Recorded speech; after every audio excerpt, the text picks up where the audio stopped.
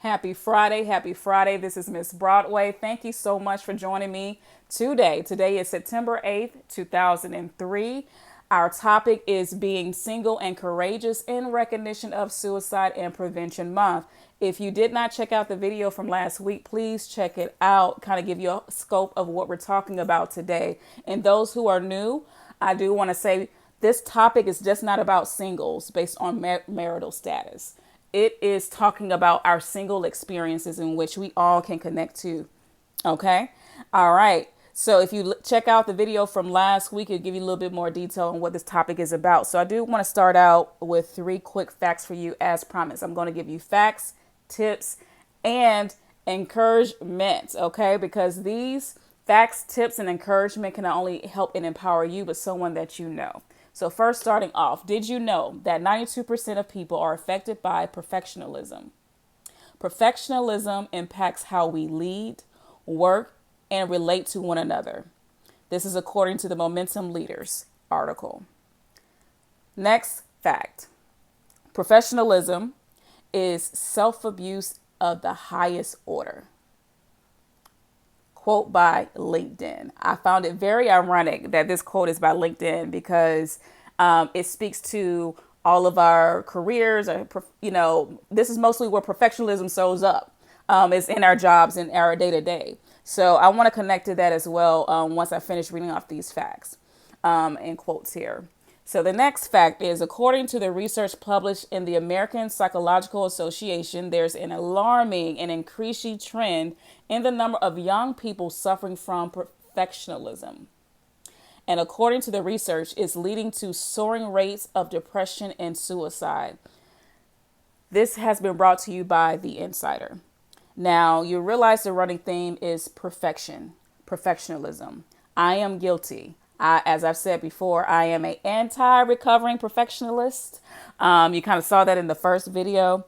Perfectionism, I often used to use that as a sense of pride. Like, I'm a perfectionist because I like things decent in the order. I like things bump, bump, bump. I'm a executor.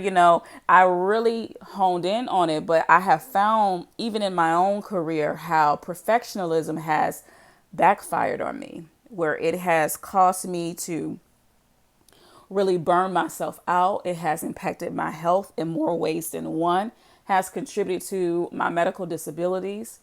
And I've had to really step back and really understand what it really meant. And so that quote that said, perfectionism is self-abuse at its highest order, that blew my mind.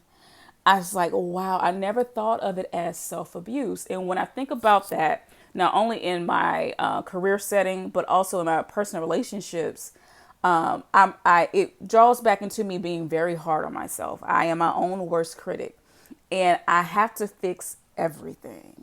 And so, as someone who is a life coach, a diversity and equity expert, a someone who is a huge advocate for wellness, I too had to battle with this as well. And so the tips that I want to bring to you today is coming from my other hat, which is a master resiliency trainer.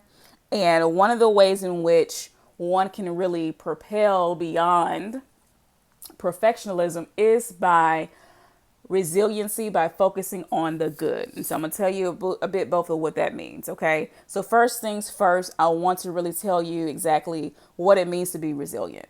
Resilient means to successfully adapt and recover after stress or a challenge. Also, it helps you to continue to perform well in the face of adversity. Lastly, it helps you to be mentally ready. And what that really means is having this sense of well-being and purpose embedded within yourself, that whenever adversity comes, you're able to battle it mentally. For example, no lie, real story, true story. This week alone, okay, I was battling with trying to fix my own broken heart. Okay. I've recently severed a almost a year relationship. And I was going through the 5 stages of grief, which is, it is first start off with the 5 stages of grief. You have in there I'm drawing a blank, but one of them is, and I'm gonna be okay with it. I'm not gonna edit this out. I'm not gonna be a perfectionist.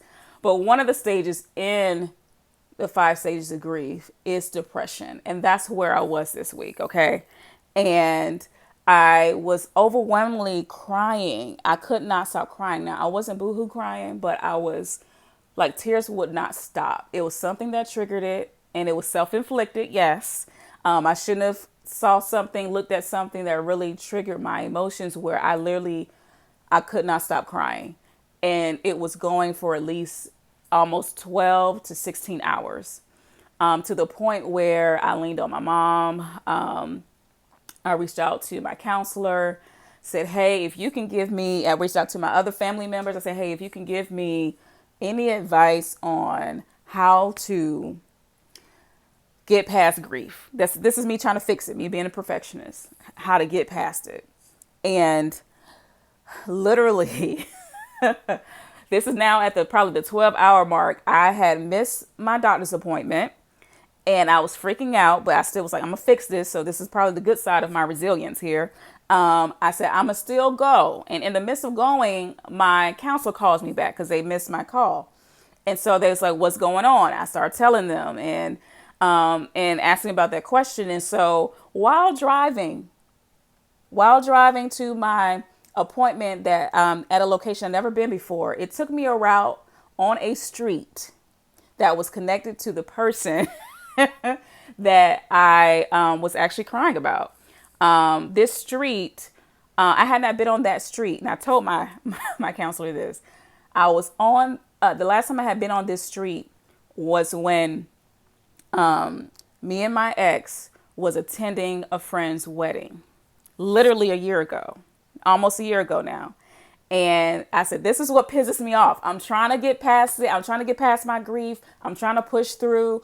And this route takes me to a place I haven't been since the last time I was with my ex. And I'm like, what am I to do with this? And so my counselor is coaching me. My counselor's talking to me. And my counselor really wanted me to focus in on, really, for one, stop being hard on myself, releasing myself, forgiving myself, and then also try to reframe the way that I was thinking. My counselor told me that we can't control our intrusive thoughts, which I do know this, but it really stuck with me when my counselor told me you have to start thinking about yourself in the present and future. The more you start thinking about that, when the intrusive thoughts come, you counter it with the present and the future, the more you start going into that direction of what you're going to become. That stuck with me. So I said, okay, so when that comes, I'm going to counter it. All right, fast forward. So I still went to my missed appointment. They worked me in the next day, which, for the most part, that type of stuff doesn't happen. They was first going to book me, 2 months out. But they say, you know what? Probably was like, man, we see you going through a lot. You look like you've been crying. So we just going to help you out. So I was thankful for that. Fast forward, got back home, talked to, visit my mom. And she was like, you know what? I think you should look at, this is without her even knowing my conversation, because I told her the same thing. I was driving on the same street. And she said, you should look at this as, you drove on the same street that you were a year ago with your ex. You should think of this as you were driving and crying all the way to your missed appointment, you should see this as God bringing you through it. Now you have a new memory. I said, well, hallelujah. Okay, Mom, come through. Let the Lord use you. But that is a prime example of resilience and reframing your mind. Now, although I am a life coach and a wellness coach, a master resiliency trainer, I too struggle with this. And one of the things that I'm learning to tackle in real time is perfectionism. And although I'm bringing this information to you in facts, I will be remiss not to be transparent that although I am someone who likes to empower others, sometimes I need to be empowered as well. Like they often say, a counselor needs a counselor, a teacher needs a teacher. We all can't do it by ourselves. And the more we're more transparent about that and taking off our mask of perfection, The more we can connect to one another and support one another. So moving on from talking about resilience a little bit and linking it to focusing on the good. So in Master Resiliency, you talk about focusing on the good.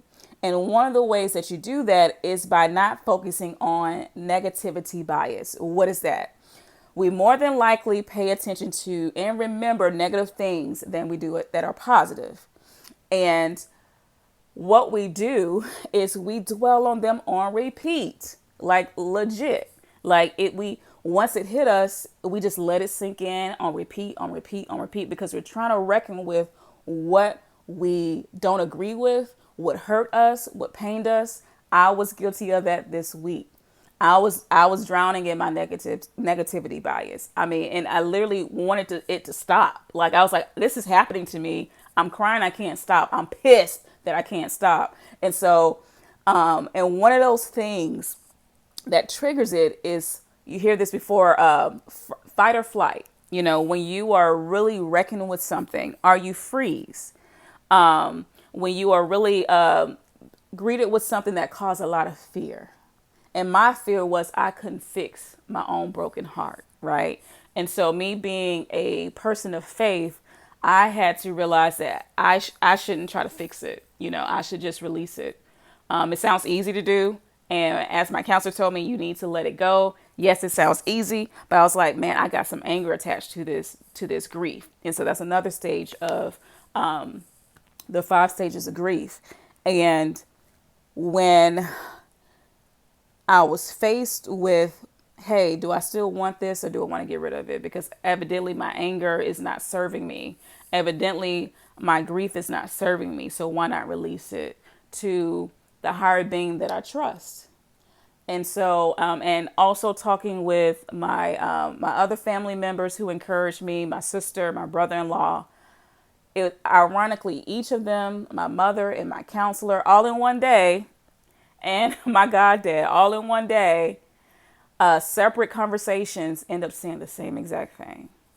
And so for me, I had to reshift my focus. So negative biases, how do you reroute those things? You reroute them by focusing on the things that are yet good in your life. So what is yet good in my life? Hey, I still was able to make it to my missed doctor's appointment, find favor, where they were able to reschedule me for the next day instead of 2 months out.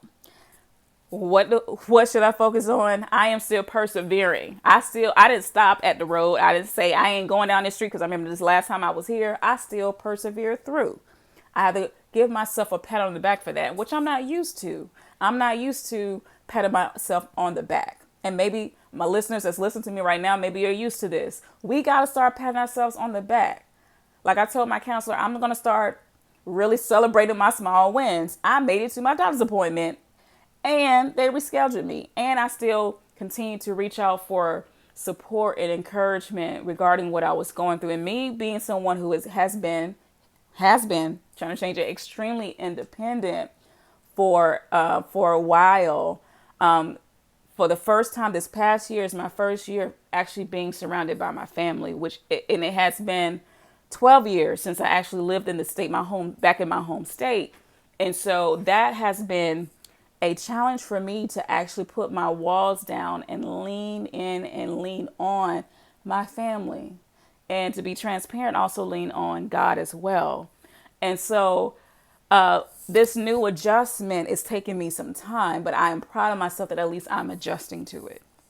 So I'm hoping you can find yourselves, even in my testimonial, that, when you are faced with intrusive thoughts, that you reframe, you reshift them. Okay. And so you counteract your negative biases. You discover and develop new skills. And you improve your performance, meaning I'm going to be intentional that when it comes, I'm not going to let it consume me. I'm going to choose to counter it. That is doing something. And like my counselor told me the other day, he said, you choosing to release your anger is doing something. That freed me. Okay, I forgot I did something else. I'm going to put that on my other star on myself, for doing that. So that's how you counter negative thoughts. is by focusing on the good, no matter how small it is. No matter how small it is. And you continue to focus on it. Whatever has happened in the past is done. Whatever damage has happened, it has happened. There's nothing else to be done or to be said about it. Period. The only thing that we have control over now is what happens presently that will invest in our future, that will impact our future. Okay? So that's all I have for you today. And in closing, I really wanted to really highlight and kind of give a focal point and remembrance to people who that has lost their battle to depression. And I really want to highlight those who may not know or do know Miss Chesley Curse. She was the former 2019 USA of America. She passed away a year ago in 2022. She died by suicide by jumping off of a building. And let me tell you, her story was very captivating even when I heard it last year, because I was like, oh my gosh, she's so beautiful. She's so gorgeous. Not only that, she was very accomplished. She was a lawyer. And as I said earlier, she was a 2019 USA. And so in really researching her, and looking more back at her story, I did read a quote by her cousin, Christina Killer. She said, I think Chelsea was struggling with the toxic concept of her exclusive perfectionism that could never be met. That was powerful. And, that made me realize that, hey, Keandra, I really have to really take the weight off, and really reshift my thoughts about being perfect and just focus on being the best version of myself that I can be. And so I want to encourage you to do the same. I hope that this video for you was beneficial. And this will be more to come. This is my podcast version of our videos. So hope to catch you next week. Next week, you'll more than likely see my face next time. So I'll see you on next Friday as we have the same topic, being single and courageous in recognition of Suicide and Prevention Month. And remember, again, this is not just based on your marital status. It is about our single experiences and how we can really champion our single experiences. Okay. And with that, I will also include a subtitle. Like this week, it was perfection, being a perfectionist or perfectionism. Next week, it'll be another added subtitle as well. Thank you for joining me, and I look forward to seeing you next time.